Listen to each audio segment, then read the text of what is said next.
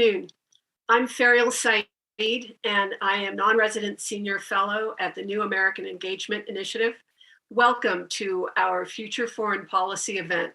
Our topic today is timely: vaccinate the world, the US role in global public health and in combating the COVID-19 virus.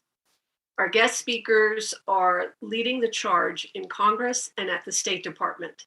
We are pleased to be joined by the Congressman from Massachusetts, Jake Auchincloss, and by the Undersecretary of State for Public Affairs and Public Diplomacy, Liz Allen.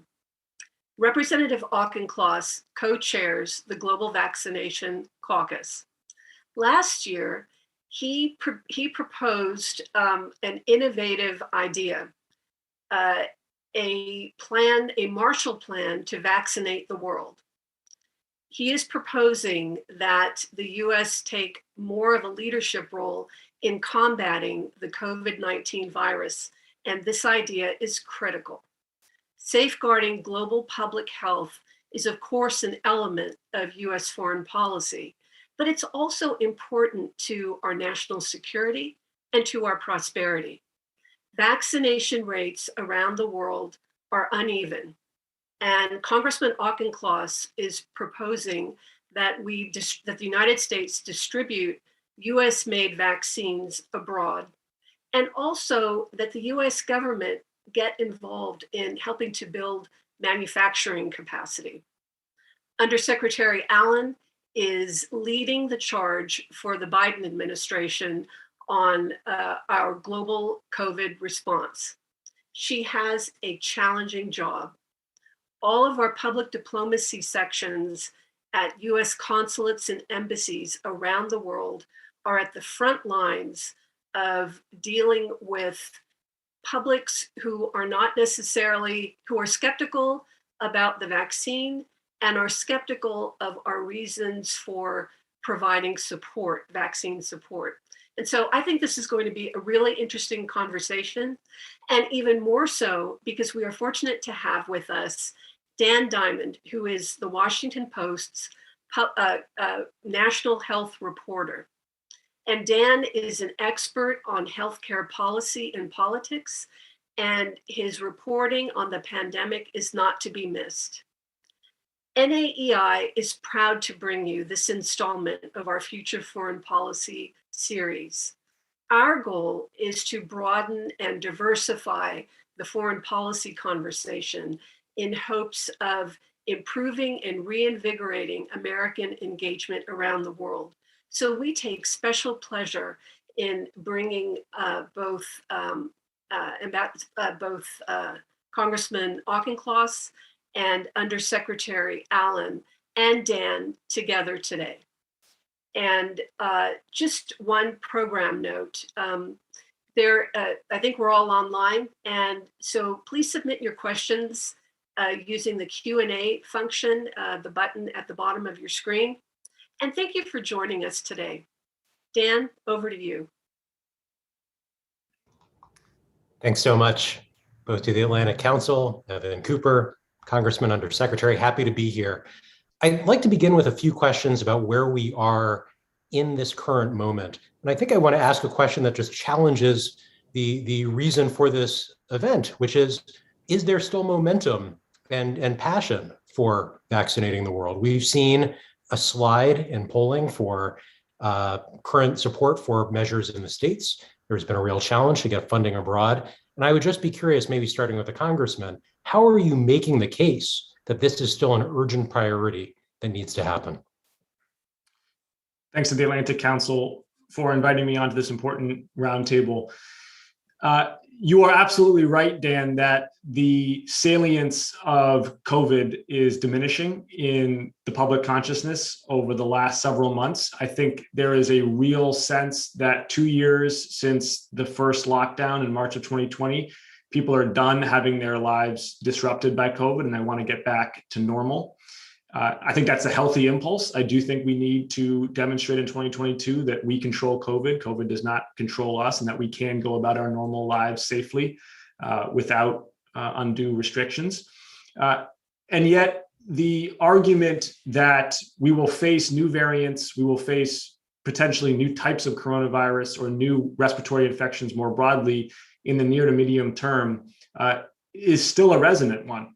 And I can explain to my constituents throughout Massachusetts why an ounce of prevention is worth a pound of pain. I'll give you a sense of it. We spent something on the order of $10 trillion over the last 2 years responding to the fallout of the pandemic.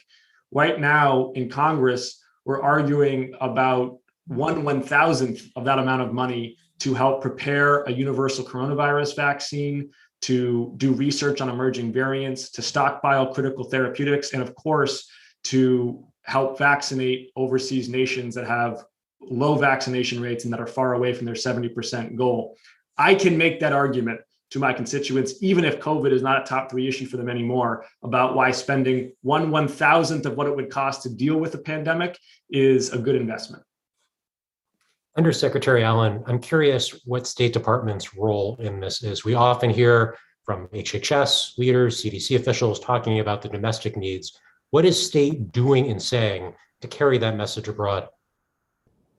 Well, first of all, Dan, thanks so much for the question. It's great to be with the Congressman. It's great to be with the Atlantic Council today. This is a critically important conversation for exactly the reason you mentioned at first, which is we have to continue the momentum, right? I think we are in a place where we can talk about how unprecedented U.S. leadership has brought us to this moment. And there are a lot of successes to talk about, and there's a lot of lessons learned. And in that, we cannot afford to stop the momentum, to take us forward, to continue to vaccinate particularly the rest of the world, and particularly middle and low income countries. And so the United States State Department is leading the US government charge abroad. We are working with our interagency colleagues, to your point, whether it's USAID, HHS, CDC, to formulate policy, to formulate messaging, and to make sure that we're operationalizing getting those shots in arms. What's perhaps one of the most interesting things about where we are right now, to take stock of the state of play, is that we actually don't have a manufacturing problem at this point. There are enough vaccination doses produced to vaccinate the world to the levels that we hope to. And at this point now, what we're facing, particularly internationally, is seeking funding to be able to operationalize getting those shots into arms. Let's go deeper on that funding question. Congressman, you mentioned the debate in Congress over whether to fund the next stage of the response. Earlier in April, it seemed that the Senate was on the verge of a deal for $10 billion in funding after weeks of the administration pleading for more aid. But that deal, as the Washington Post first reported, dropped $5 billion in global funds, all the funds for the global response from the package. You and some of your colleagues said you couldn't support a deal that didn't fund the global response. So is that deal effectively dead? Has congressional leadership given you any insight on the path forward? No, the deal is not dead. I'm not going to try to forecast Senate politics because that's a challenging endeavor. What I will say is that we remain committed on the Global Vaccination Caucus, which I'm a co-chair of, to getting the full 15 and really ideally more, which we initially advocated for, to do really 3 big things. One is to fund NIH research into universal vaccines and to research on variants. Research, which I will say right now is stalled. The NIH right now is not doing research that they consider high priority because we have not appropriated this funding. That to me is a staggering and frankly an embarrassing reality. Number 2 is to stockpile therapeutics here domestically in case we do need them. And 3, of course, is that overseas funding. And I am 100% committed to that overseas funding because a bill to prevent and prepare for future surges in COVID that does not fund global vaccinations is not a bill that prepares and prevents future surges. The virus does not respect borders. Large reservoirs of unvaccinated people are going to be the most likely reservoir for new mutations and new variants to emerge. And we are going to see those come. Maybe they're going to be like BA2, which by all indications is more infectious, but has lower mortality and morbidity. But maybe it'll be worse. And I don't want to climb up the Greek alphabet with these variants until we get to one that is, heaven forbid, targets children or is significantly higher mortality. We don't need to find out. We really don't. As the undersecretary made clear, we've got the vaccines. What we need to be focused on now is partnering with both host countries, especially middle and low income host countries, to build up their public health workforce for that critical last mile. And also partnering with the private sector, the UPSs of the world, who really understand the on the ground realities of cold chain, of navigating countries that have poor infrastructure to actually get those vaccinations delivered. This is all these puzzle pieces are on the table. We just have to slot them together, and that takes funding. Well, I also have had my fill of education on the Greek language for now, so I'd prefer to stop learning new letters. But just to stay on the funding question, because this is important, there was an earlier congressional plan in March that would have set aside about $15 billion in funding, including the $5 billion for global response. It looked like that was going to pass as part of the omnibus, the big spending package. Speaker Pelosi pulled it after Democrats raised concerns about how it was going to be paid for by clawing money back from the states. Flash forward 6 weeks, we still don't have any funding. Unclear when it will pass. Congressmen, did Democrats make a mistake? Should they just have taken that deal 6 weeks ago rather than still wait for this uncertainty? There wasn't a deal. I was strongly in favor of that $15 billion, but Democrats are not a monolith, and Speaker Pelosi did not have the votes to pass it. Now, to her great credit, she tried. And I know that she was tremendously frustrated that she was unable to put that on the floor and guarantee passage. But it was a big mistake. And I said this publicly at the time, and I'll continue to reinforce it. A big mistake for us not to get that full 15 billion passed. It wasn't the speaker's fault. She did her utmost. But I could, now Massachusetts was not affected, but I would have been fine had it been affected, going back to state representatives in my home state and saying to them, you got a tremendous amount of federal money. We got to give you a slight haircut on that money, which is unspent, because it can do much more good overseas, so that we don't have to replenish the restaurant fund, so that you don't have to pay out more unemployment benefits a couple of years from now. I could have made that argument back home, and I was disappointed that the caucus didn't stay together and get that 15 billion across the finish line. Undersecretary, I'd be curious from the perspective from you. We have heard from HHS officials who say they don't have the funding for vaccines here, supplies here. What is state doing to ensure that you have the funding given the shortfall? I mean, beyond looking under every couch cushion, are you putting any initiatives on pause? Are you cutting them back to fund your global response? We're certainly looking under those couch cushions. I'll say a couple things. And first, I just want to underscore something the congressman said, which is, I think that perhaps American audiences don't always fully appreciate just how much of a national security and economic imperative it is for the United States to ensure that we are vaccinating the rest of the world and saving lives across the world.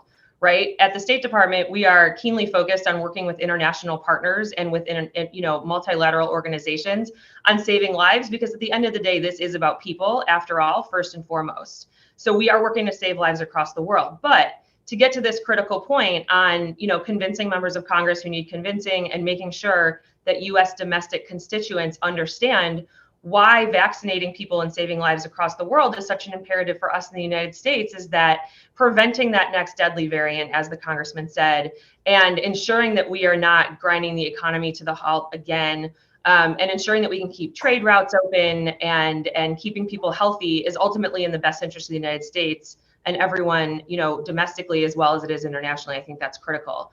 What I would say on the funding, first of all, is although we are currently at a bit of an impasse, I know that colleagues in the administration are working very closely with members of Congress, the congressman and his colleagues alike, on finding solutions. This has been an area of bipartisan cooperation over the last year and a half. And I think that's a really important point. I think that Congress on a bipartisan basis and this administration have worked together to ensure that up until very recently, we all did have the funding. And now we're at a point where we do have to continue this momentum. We do have to keep this on the front burner and help people understand that, for example, to your question, Dan, what would it mean if we didn't get this funding at the State Department? And what it means is, and in just one instance, we would not be able to expand our current global vax program to 20 more middle and low income countries that we are hoping to expand into to reach those vaccination targets. Can I build on that for a second? Sure. I just really want to underscore the diplomatic angle here, and in particular in relation to the Chinese Communist Party, because it has become, I think, a set of received wisdom that the great geostrategic competition of the next 20 years will be between the United States and the Chinese Communist Party. It'll be economic, strategic, ideological in nature. And what an incredible opportunity global public health presents, because we are seeing two different versions of potential global leadership right now. We are seeing the Chinese version, which was initially to obfuscate and delay around the onset of the pandemic, then to do lockdowns that have persisted for 2 years and have caused immeasurable harm to their society and really been a social catastrophe, and to produce vaccines that are at best ineffective and for which they are extracting concessions from low-income countries. They're shipping these vaccines that don't really work that well and asking for pretty painful concessions. Now let's contrast that with how the United States could be on the world stage.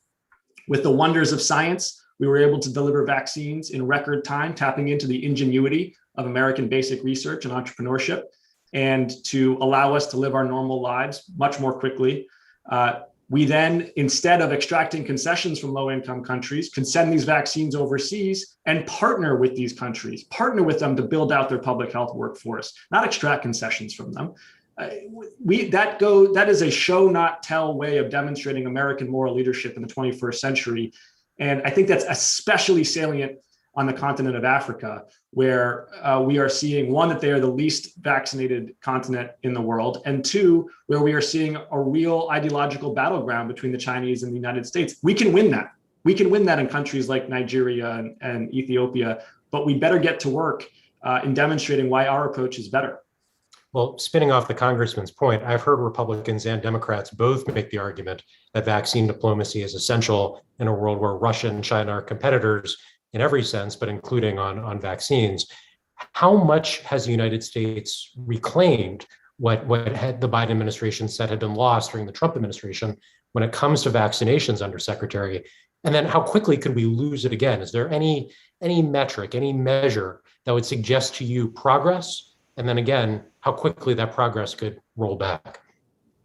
So first, I just want to say, I think it's really important that from the State Department's perspective, and certainly the US government's perspective, we view our vaccination obligations and vaccination campaign as a matter of saving lives and nothing more, right? This is not a matter of transaction. It's not a matter of political favoritism.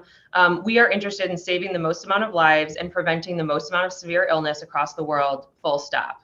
Now, I think it's important, this is a good moment to the congressman's point about our diplomatic posture, to take a bit of a step back to the beginning of the Biden administration, when we were coming in at a point when US moral leadership across the world had been abdicated, and we had pulled away from partnering with countries and allies on issues of global concern. And frankly, it has been Secretary Blinken's foremost priority to restore those diplomatic relationships, to reset the foundation of diplomacy, to get our seat at the table back, and to say, we are going to work among multilateral organizations, we are going to form coalitions, and we are going to use our very unique US convening power on global issues of importance, COVID foremost among them. Because we recognized from moment number one that if we did not solve the COVID challenge and greatly reduce the infections and deaths that we were seeing, we couldn't tackle any other policy issue. And so I think it's important just to say that we view COVID as one of many global issues that requires US global leadership, US moral global leadership, and frankly, working with allies and partners. Now, one interesting piece of this in terms of us staying at the tip of the spear is that we at the State Department have done audience testing and message testing across the world as we try to combat vaccine hesitancy and vaccine complacency. And one of the things that we found that audiences are most interested in understanding is how the United States is working in partnership with their governments and with governments across the world to solve this challenge. People are very interested to know that our response is, should, and has to be partnering in nature, right? And to the congressman's point, that's how we make progress. Congressman, we are still dealing with, in the United States, a fairly significant outbreak. The United States has not distinguished itself over the past few years in leading the world on COVID, except maybe leading the number of cases that we've had. How can we really be an example to the rest of the world when we've struggled to get our own messaging right, when there's so many Americans who still don't believe in the power of, say, vaccinations, or are fighting over public health interventions? Well, I'm gonna defend the United States response here a little bit. There is no question that the outgoing president did immeasurable damage to our ability to fight this pandemic by politicizing the issue unnecessarily. Didn't have to happen, and he intentionally did it, and it dogged the current president and his response every step of the way through no fault of President Biden. It just became a political issue. Having said all that, the United States has delivered the most effective vaccines in the world. And I really don't think that we can understate what a complete demonstration of American science and ingenuity that is. Within 4 days of NIH and Moderna researchers getting the sequencing of the variant out of Wuhan, they had already figured out what the response was going to be in terms of a vaccine, and they were already starting to prototype it on the manufacturing line. 4 days. And the reason that they were able to turn it around within 4 days is because for the last 4 years, the NIH had been doing work on the coronavirus under the far-sighted research of Barney Graham and others at the NIH. They had understood that this was going to be a problem, and they were mapping it out in conjunction with the private sector. There's no other country in the world that could do that. And so our ability to deliver vaccines, I should say, invent the vaccine and then distribute it domestically has been really an impressive demonstration of American science. It was unfortunately politicized, but it is still, even regardless of that, it has allowed us to reopen and get back to normal much sooner than other nations. And we're going to have to continue, though, to try to engage with Americans on basic public health protocols and try to strip away the tribalism that has clouded our judgment. Undersecretary, the congressman mentioned earlier that China is engaging in lockdowns.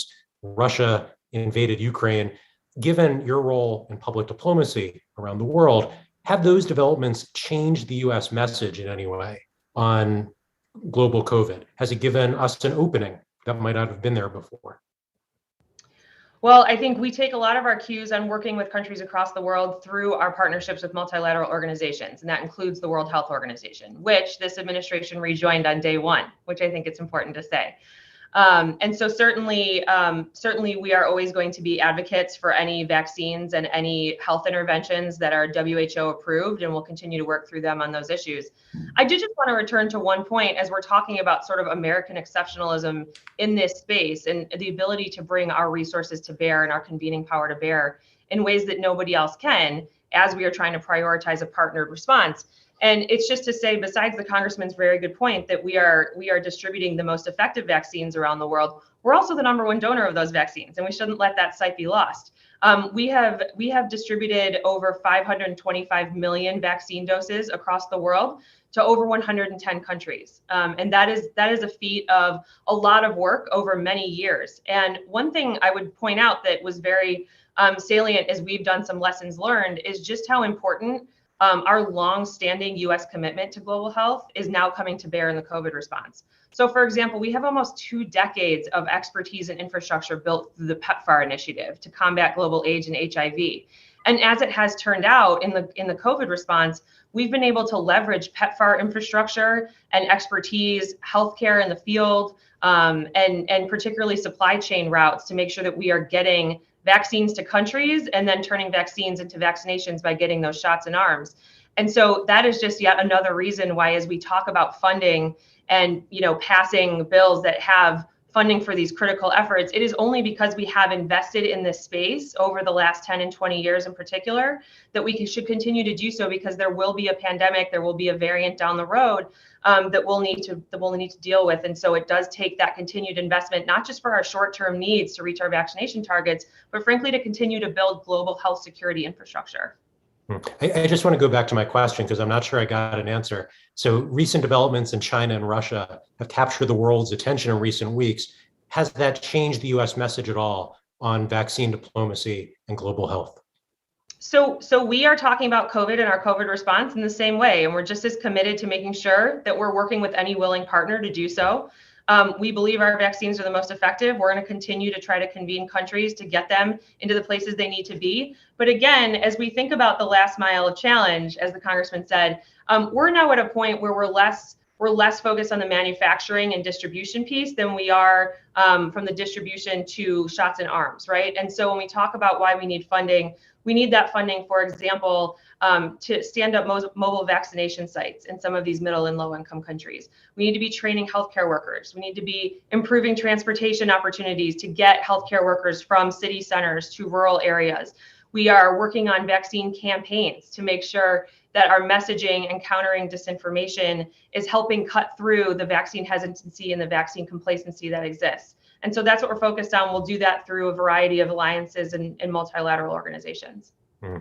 Congressman, I was looking at recent Pew Research polling on the issues that Americans were viewing ahead of the midterms. Just 1/3 of Americans thought that the pandemic was a key issue still affecting their vote in the midterms, well behind crime, the economy, other issues, immigration.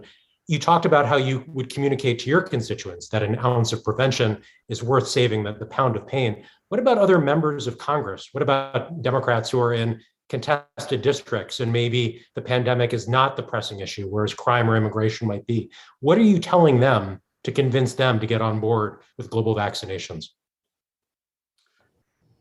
I haven't had to convince anybody that global vaccinations are a good idea. This has not been an issue where I don't get pushback on the concept.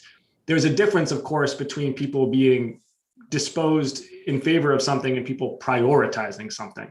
And there, it absolutely is not a priority for every member of Congress, which is why you need caucuses like the Global Vaccination Caucus to increasingly, to constantly be, pestering about it, frankly, is to be kind of just always raising it with leadership, always raising it with the administration, and constantly putting it to the forefront, because it's not a polarizing issue. It's not a hard issue to convince people on, but it does need to be constantly surfaced to make more salient to decision makers, because as you said, we're heading into the midterms, we've got inflation, we've got, of course, the war in Ukraine, and these kind of things can very easily slide off. It's another reason why my very first act on the House floor was walking around and getting co-signers onto my Marshall Plan resolution a year and a half ago. It was my way of introducing myself to my colleagues, saying, here's something I care about. It's the United States spending money overseas to increase global vaccinations and training of a public health workforce. And I was establishing my own reputation on the House floor as someone that they could look to on global public health issues. And the Marshall Plan, to me, was an organizing principle to make something, to crystallize the importance of this. Where does that Marshall Plan stand now? Well, I mean, it's in its convictions and in its intentions, it's being manifested to some degree by the work that the Undersecretary is doing, by the work that we're doing through COVAX facility and the Ask-A program. But as she said already, it's just being underfunded. We just need to give more money. And it's about that last mile shots in arms solution. And it's also, of course, about the basic research. I'll just jump in to say the congressman deserves an enormous amount of credit for putting forward the thoughtful, comprehensive plan that he did. And as he mentioned, the work that we're doing out of the executive branch, particularly Secretary Blinken's global action plan on COVID, which he announced in February, is actually almost exactly matched with what the proposed Marshall Plan was, because there is a comprehensive set of policy and operational solutions. And what we've done here at the State Department, particularly through the 3 ministerial level meetings that Secretary Blinken has convened over the last year and a half, is to try to bring other countries on board and solicit commitments to be able to execute on those policy objectives. And there will be another summit on May 12th that the White House just recently announced that President Biden is convening. And I think notable to say, this White House COVID summit is actually being co-hosted by other countries. The head of AFRICOM, the head of CARICOM, the head of the G7, the head of the G20. And we announced that in consultation with all of those other countries to again emphasize that while the US is showing unprecedented leadership, we can't and shouldn't go it alone. We need other countries, but we are leading, whether it's the tenets of the Marshall Plan, which are similar to the tenets of our global action plan, on helping give people a foundation upon which to plan what needs to be done, and then to seek commitments to be able to do so together. Undersecretary, that summit in May was originally planned for the first quarter of this year. It should have already happened. It slid until May. What should we take away from that? Does that reflect at all the sliding priority of the global vaccine fight? I would take away that schedules are often the hardest thing to manage, and certainly the scheduling process is never an easy thing when you're balancing a variety of priorities. And here, at the State Department, we're always thinking about how are we walking and chewing gum. We have to do so, right? Just to be crude about it, because there's a lot going on in the world. And while everything is a priority, it doesn't always get the same amount of scheduling time. So we're very glad that summit is put on, and it's going to be a critically important moment to again solicit commitments to make sure that we're reaching our vaccine targets. And I would also say, when we're thinking about what other countries are doing and what will be discussed at the summit, it's not just a matter of vaccine and dose targets, but it's also things like, for example, combating misinformation and disinformation, which is something that's very close to the work that me and my team are doing, right? Part of public diplomacy isn't just messaging and communications and also building networks and doing people-to-people exchange programs, but it's also combating disinformation and combating misinformation. So that's something that my team is particularly focused on. And as we think about combating vaccine hesitancy, that's a critical component that we're focusing on. We've spoken about Congress, about the administration, about countries abroad. We haven't talked about the pharmaceutical companies quite yet. And Congressman, I'm curious, there's been a lot of attention on Pfizer, on Moderna, the power of their vaccines, but also are they sharing that power appropriately with the rest of the world? And at times there have been frustrations at the highest levels of US government that Moderna, for instance, which got a fair amount of help from the government, that largesse has not been shared abroad. Are you happy with what pharmaceutical companies have done? Are there opportunities for them to go further? We have seen that Pfizer, Moderna, and other pharmaceutical companies have taken the initiative to both donate doses themselves, as well as to work with other countries on transferring IP and on enabling the manufacturing.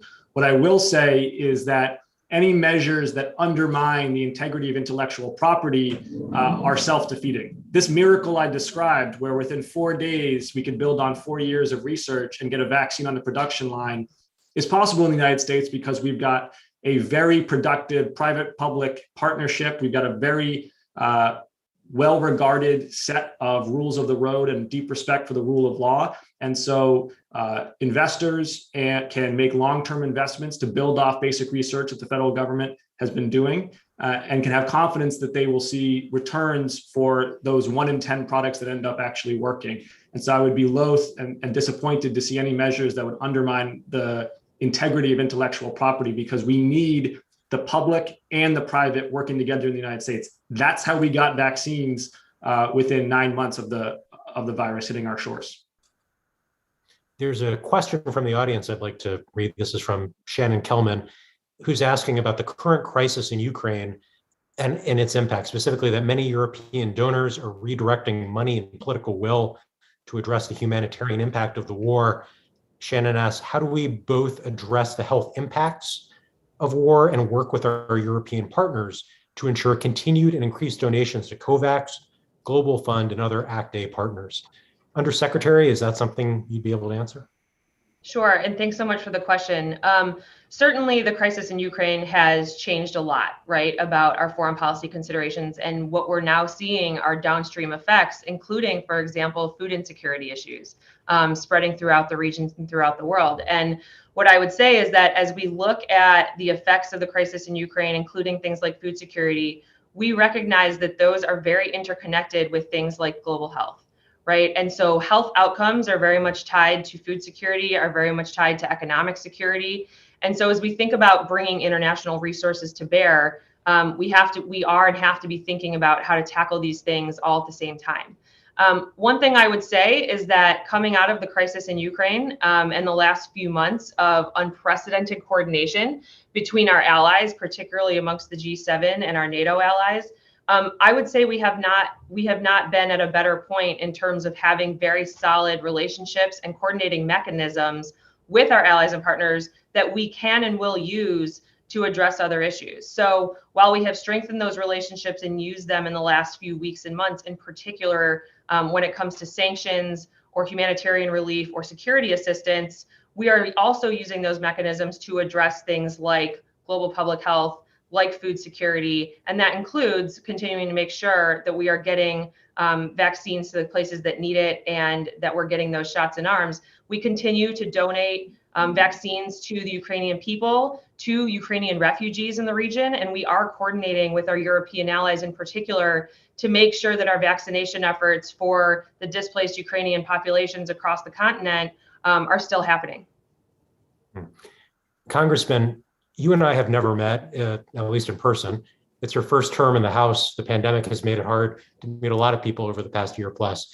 I did speak, though, with your predecessor, Congressman Kennedy, quite a bit, who also was very passionate about health issues and comes from a family that has pushed on healthcare for years. Your own family has pharmaceutical and healthcare connections. Not sure what's in the water with Massachusetts and its Democrats, but I'm curious what your family perspective and personal background has brought to your role. Has that influenced your push on, say, this Marshall Plan for global vax? It absolutely has. I grew up in a family of scientists, mom, dad, aunts, uncles, and as you indicate, my district, I'm very proud to say, I would argue pound for pound has the most life sciences talent anywhere in the country. Just in my hometown, we sent to the Biden administration Ashish Jha and Rochelle Walensky, for example, and there's many, many, many more examples. But I grew up with a really deep-seated respect for basic research, for peer-reviewed, curiosity-driven biomedical research and development, and of the fact that it's an ecosystem. And it's an overused word, but it's a word that applies here. It really is an ecosystem. You need universities doing that really long-term foundational work that oftentimes doesn't have a near-term commercial application, and that's okay. What's important is that the science is rigorous and peer-reviewed. You need to have the private sector investors who are coming in and translating these good ideas into usable products. You've got to have the government that is funding through the NIH and National Science Foundation and DoD these long-range hard problems. And when they come together, as they have in Greater Boston, you really get something very special. And while there's a lot of talk these days about Web3 and crypto and the metaverse, I will put down that I think the most exciting technological innovation of the 21st century is going to be synthetic biology and the ability to engineer the human genome, not just sequence, but actually edit it. It's a miraculous tool. It's one that allowed us to get these vaccines. Unfortunately, it's one that can be misused and abused as well.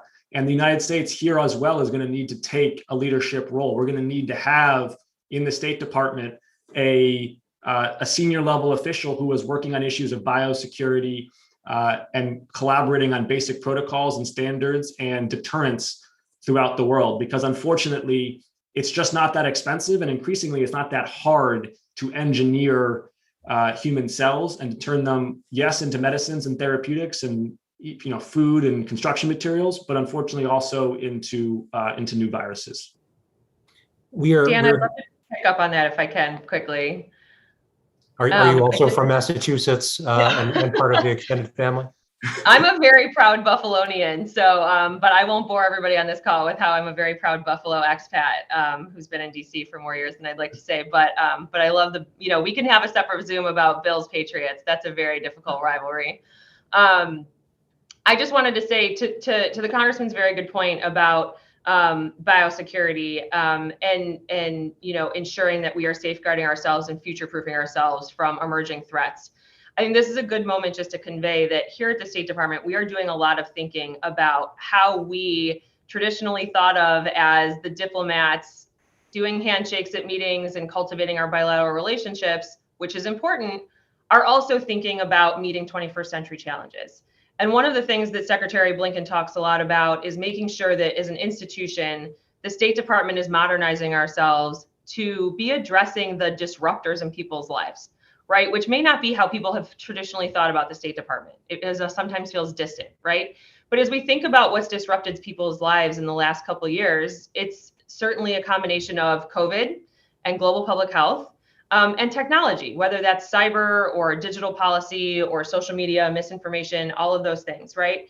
And so I would just take this opportunity to say that we are trying to think about how do our institutions catch up with those disruptors in our lives, and how do we set ourselves up to adequately address those very complex challenges that have rapidly developed and evolved over the last few years. And so actually just 2 weeks ago, we announced that we finally have the creation of our Cyber and Digital Policy Bureau up and running, which is something we announced back in October. And to the Congressman's good point, we are also creating an office of special envoy for emerging technologies, which includes things like biosecurity, like AI, and like other things that are going to converge with traditional policy issues and humanitarian issues, but now with the overlay of technology and emerging, other emerging tech, issues, we have to come to grips with. And so we are certainly trying to modernize ourselves as an institution to meet those challenges.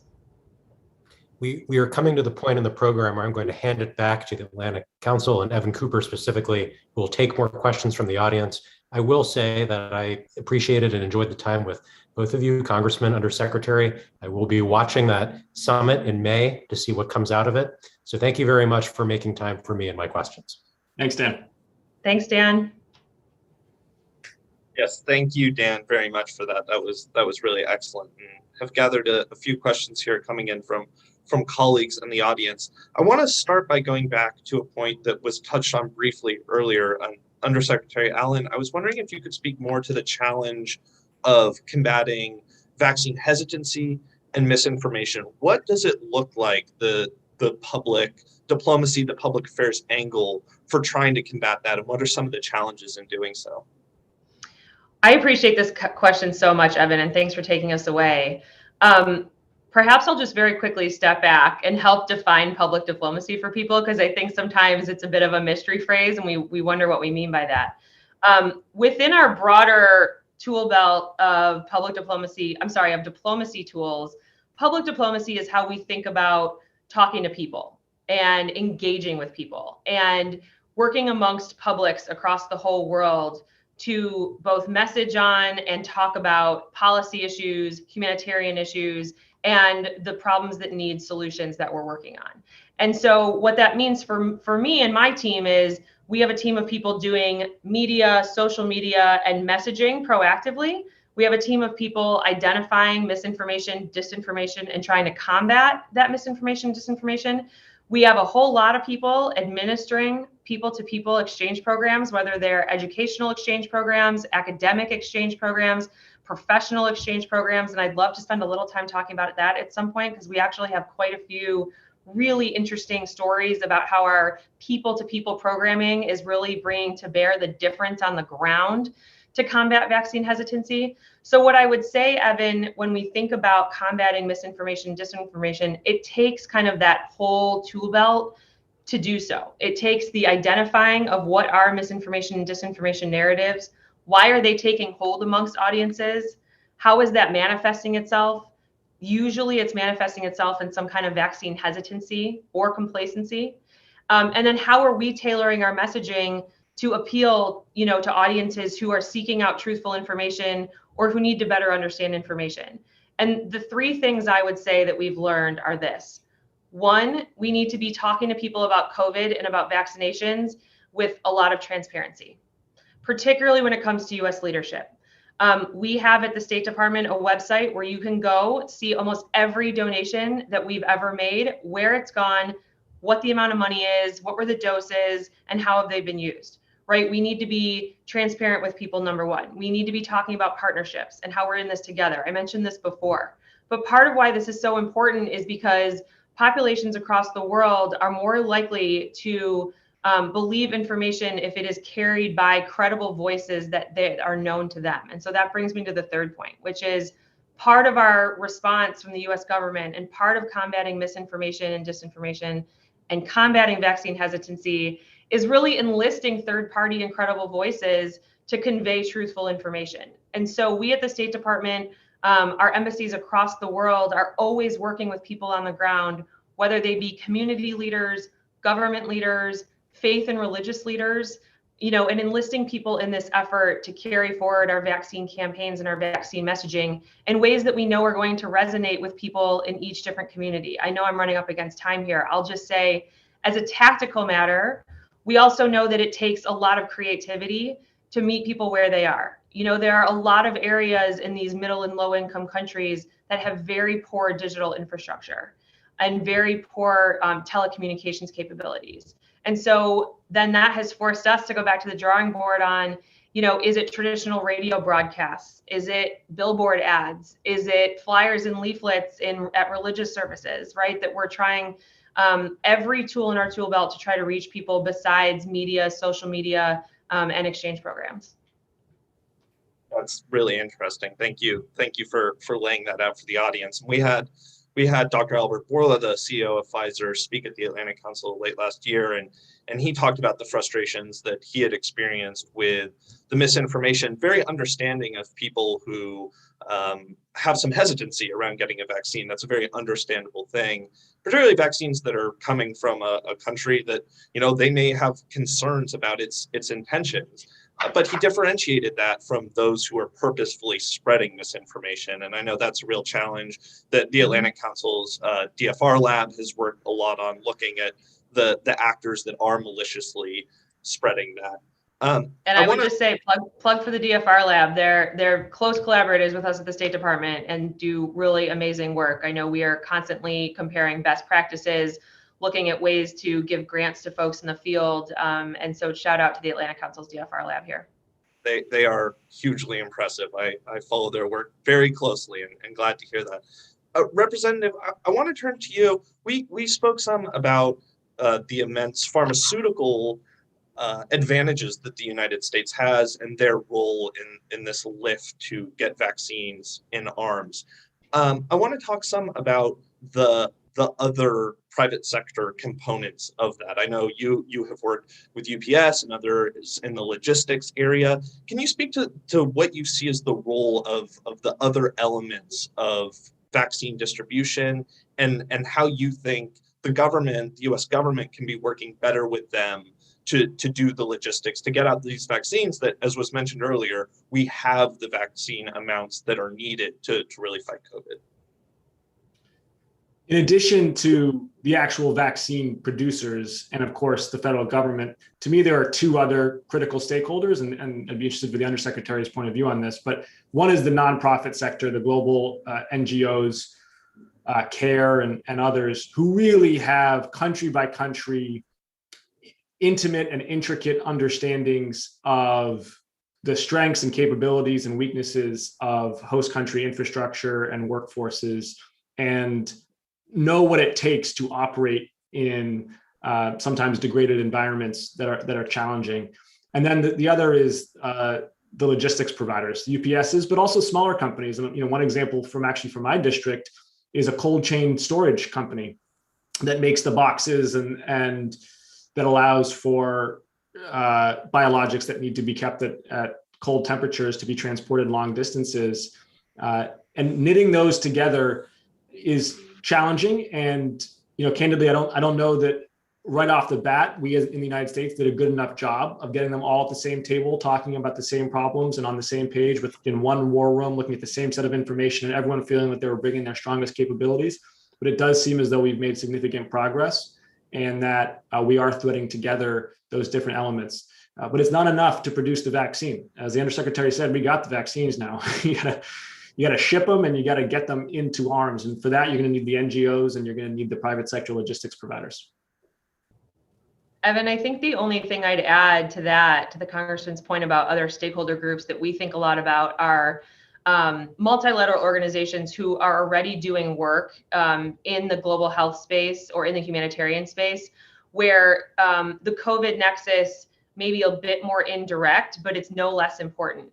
And I think something that's probably under discussed is making sure that we're also funding these organizations, whether it's UNICEF or UN Women or PAHO, where, when we're thinking about people at greater risk of COVID or greater risk of, morbid outcomes of COVID, that we are trying to fund, these organizations who are already taking care of populations more at risk, who may have comorbidities or extenuating circumstances that, make them more susceptible. And so in December, for example, Secretary Blinken announced over $580 million out of the American Rescue Plan to go to 7 of those multilateral organizations who are doing really important work in this space, particularly with women, children, humanitarian assistance needs across the world, because there is a COVID nexus with all of that work happening, and we're trying to make sure that we're protecting those vulnerable populations.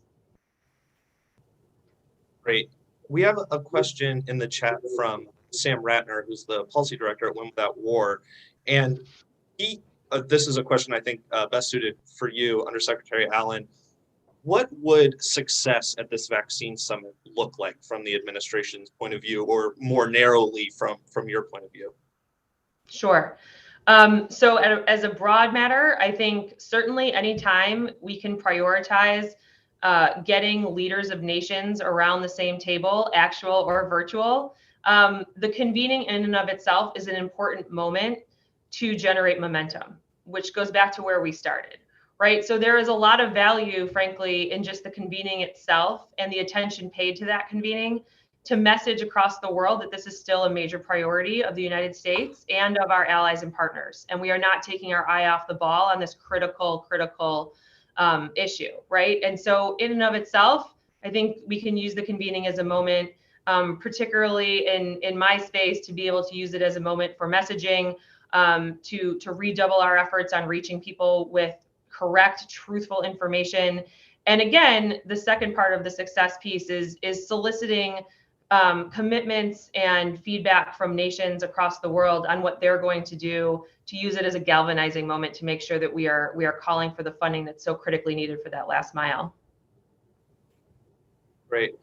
Representative, I want to go back to you and try and draw a link here between the work that you're doing and the State Department, because there's been a lot of overlap in what both of you have said about shared goals. But as far as actual process goes, can you tell us some about the sentiment within Congress right now towards funding these State Department programs, any hesitancy or the sentiments around it, and what some of the challenges are for securing the funding and getting that support to the administration's push for this international program?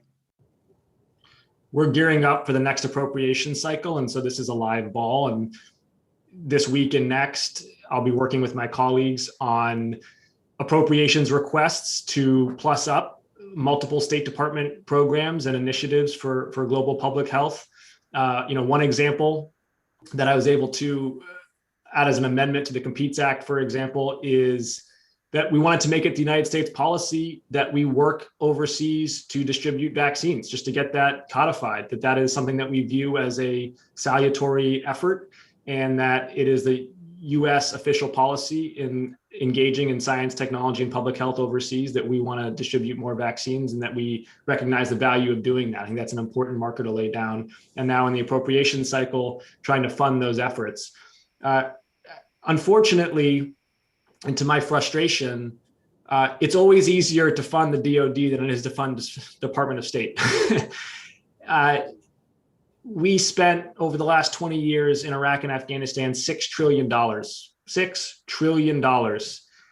And I want our audience to just imagine, hypothesize, if we had said 20 years ago instead, we are going to allocate $6 trillion to guarantee that for every child in low to medium income countries, by the time they're in third grade, they have the full suite of medically advised vaccines, they have clean water, and they have sufficient calories to prevent malnourishment. Imagine if we had just made that humanitarian commitment with $6 trillion worth of funding behind it.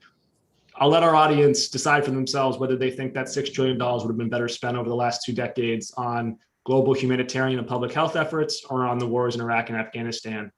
And yet, those lessons are not fully internalized in our debates in Congress. It's one of the reasons I'm in Congress, is so I can articulate the ROI differential, both geoeconomically, but also morally, in how we spend overseas money. Evan, can I just follow on that really quick? So I would say 2 things. One, when it comes to the State Department response, I think it's important to say that while we are leading a whole of U.S. government response overseas.